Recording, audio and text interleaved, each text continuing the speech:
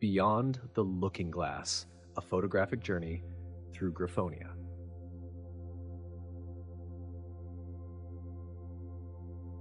If one were to seek an earthly counterpart to Lemurica, the Eurasian continent would be the closest.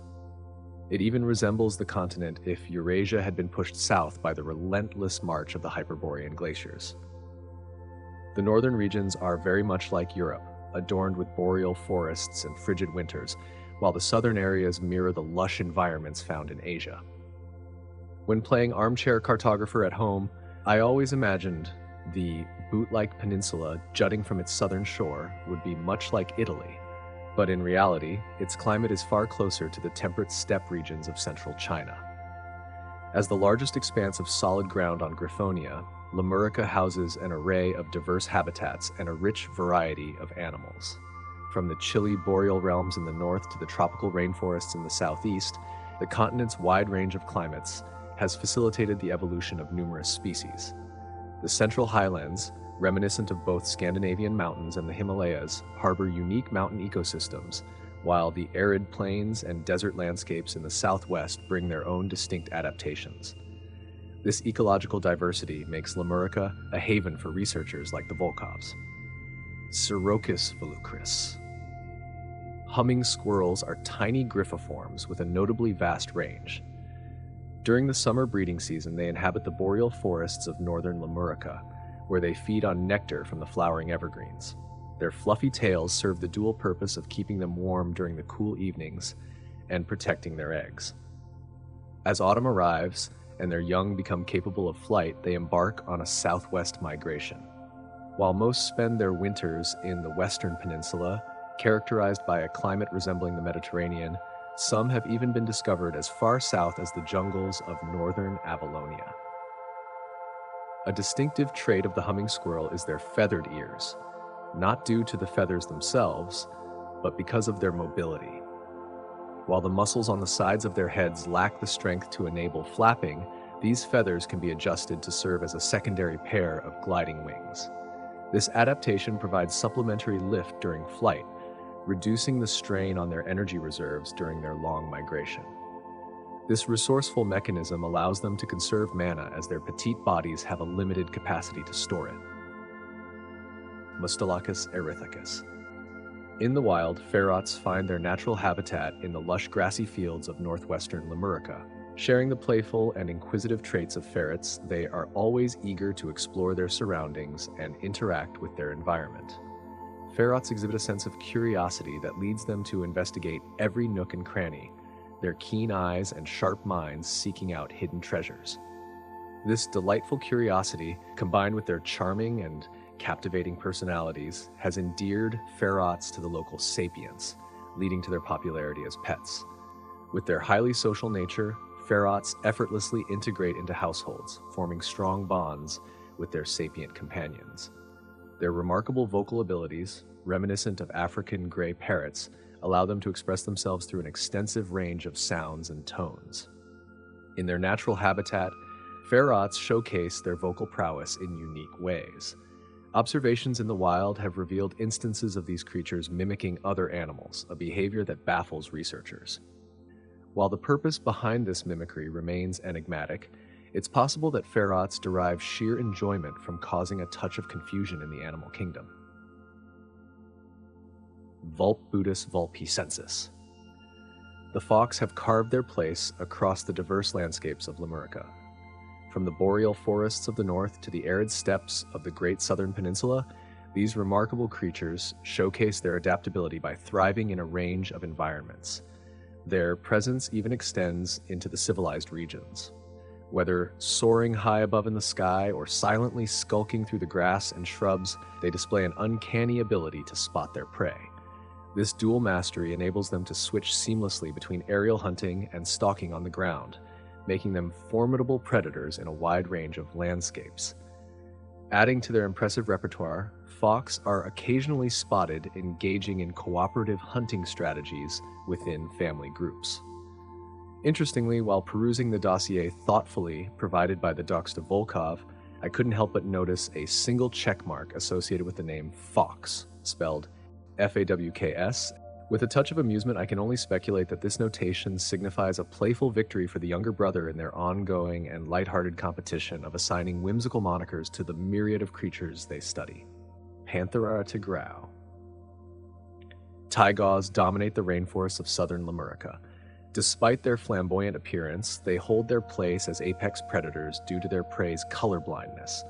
This gives Tigaws the ability to blend seamlessly with their surroundings, ensuring a stealthy advantage in their hunting endeavors. However, the vibrant colors on the Tigaw serve a different purpose, signaling to other Tigaws as their eyesight surpasses their sense of smell. Generally solitary creatures encountering another Tigaw in the forest often prompts one to retreat in the opposite direction.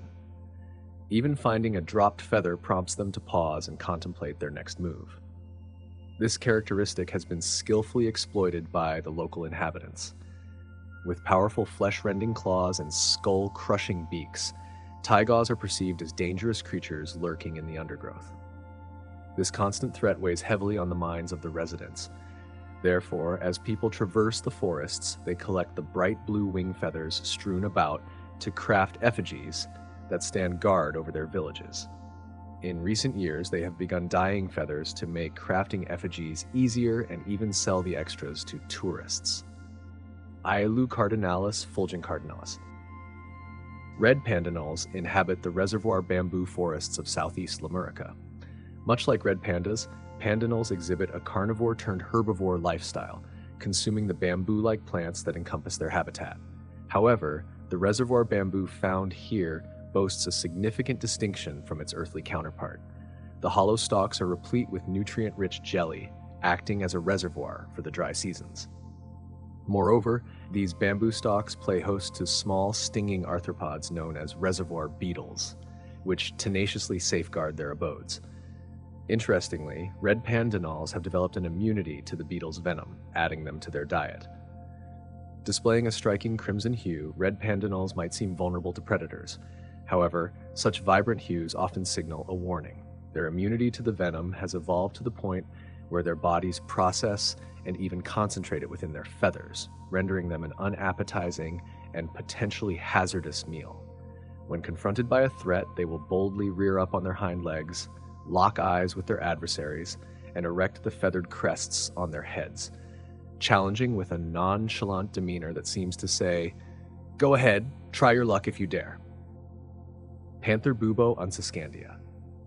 Snowy owleopards gracefully prowl the snow-kissed summits of Lemurica's east-central mountains.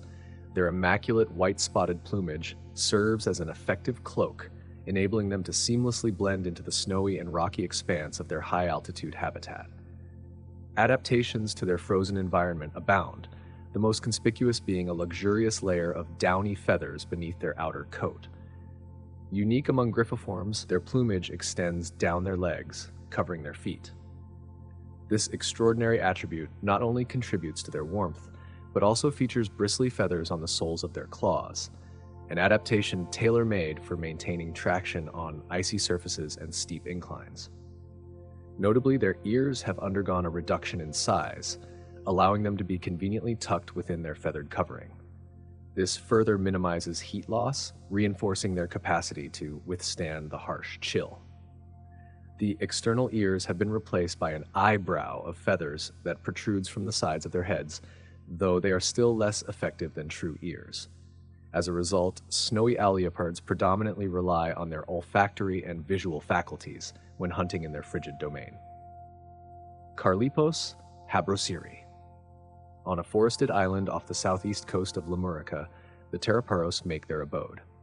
Exhibiting traits similar to the tarsier and the kakapo, these creatures have forsaken the skies and embraced a life amidst the branches.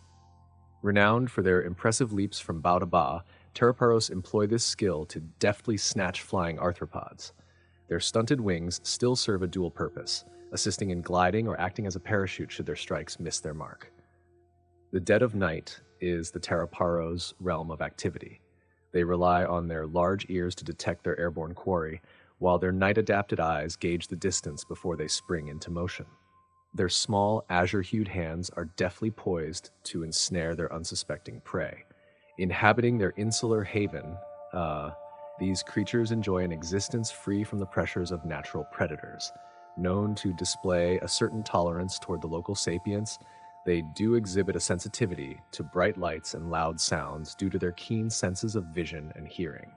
Regrettably, the Tarap Paro's population has experienced a decline in recent years, attributed largely to introduced species like catnaries and dogmangos, who perceive the Tarap Paro as an easy meal.